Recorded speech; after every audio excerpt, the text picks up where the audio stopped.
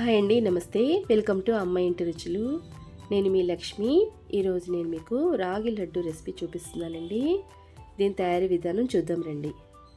ముందుగా కళాయిలో అరకప్పు పల్లీలు తీసుకున్నాను. వాటిని వేయించుకోవాలి దోరగా. ఇలా వేగాక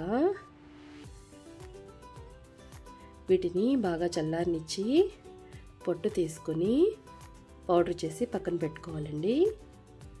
అలాగే అదే కళాయిలో ఒక అరకప్పు నువ్వులు తీసుకున్నాను. నువ్వుల్ని కూడా 2 నిమిషాల పాటు సన్న మంట వేయించుకోవాలి. ఇలా కొంచెం కలర్ చేంజ్ అయితే చాలు. దీన్ని కూడా చల్లార్చి పొడి చేసి పెట్టుకోవాలండి. తర్వాత కళాయిలో 2 టేబుల్ స్పూన్లు బటర్ యాడ్ చేసుకున్నాను. బటర్ కరిగాక అందులో 1.5 కప్పు రాగి పిండి తీసుకున్నానండి. ఈ రాగి పిండి వేశాక సన్న మంట మీద కలిపి పెట్టుకుంటూ తిప్పాలండి. ఇలా కలుపుతూ వేయించుకోవాలి. రాగి పిండి వేగింది అని ఎలా తెలుస్తుందంటే దీని కలర్ మెల్లిగా చేంజ్ అవుతుంది. తర్వాత మంచి సువాసన వస్తుందండి.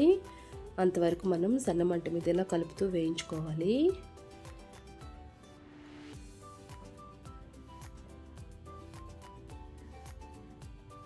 నాకు ఈ ప్రాసెస్కి 7 నుంచి 8 నిమిషాలు పట్టిందండి. ఇలా కలర్ చేంజ్ అయ్యాక దీన్ని పక్కన పెట్టుకోవాలి. తర్వాత బాండీలో 1.5 కప్పు బెల్లం తీసుకున్నానండి.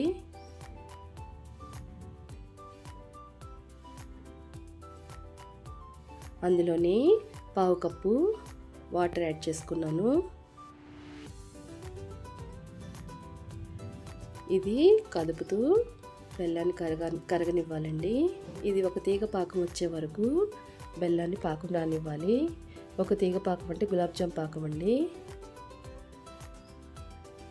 ఇలా బెల్లం కరిగేటప్పుడే 2 యాలక్కాయలను నేను దంచి వేసుకున్నానండి. ఇలా పాకం ఒక తీగ పాకం వచ్చాక దీన్ని వడగట్టుకొని వేరే దాంట్లోకి షిఫ్ట్ చేసుకున్నాను.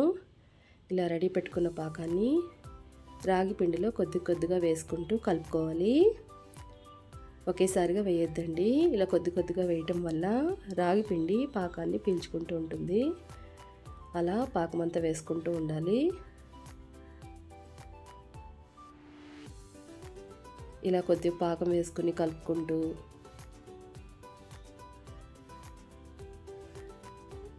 తర్వాత ఇందులో నువ్వుల పొడి,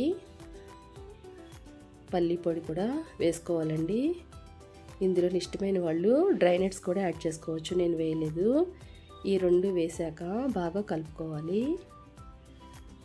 ఒకవేళ మీకు జారుగా అనిపించినా దీన్ని కాసేపు పక్కన పెడితే ఈ పిండిలన్నీ పాకాన్ని పీల్చుకొని గట్టిగా అవుతుందండి. ఇలా కలుపుకున్నాక కాసేపు పక్కన ఉంచాక ఇలా తయారవుతుంది. దీన్ని ఒకసారి బాగా కలుపుకొని ఉండలుగా చుట్టుకుంటే ఎంతో హెల్తీ టేస్టీ రెసిపీ అయిన రాగి లడ్డు రెడీ అండి. ఇందులో కాల్షియం, ఐరన్ పుష్కలంగా ఉంటాయి. ఇది పిల్లల నుంచి పెద్దల వరకు రోజుకు ఒక లడ్డు తీసుకున్నా చాలండి. చాలా హెల్తీగా ఉంటారు. మీ అందరికీ నా రెసిపీ నచ్చిందని అనుకుంటున్నాను. ఈ రెసిపీ మీరు కూడా ట్రై చేసి ఎలా వచ్చిందని కామెంట్ బాక్స్లో చెప్తారని ఆశిస్తున్నానండి. ఇదిగోండి, మీకు నా ఛానల్ నచ్చినట్లయితే please like, share and subscribe. Thank you.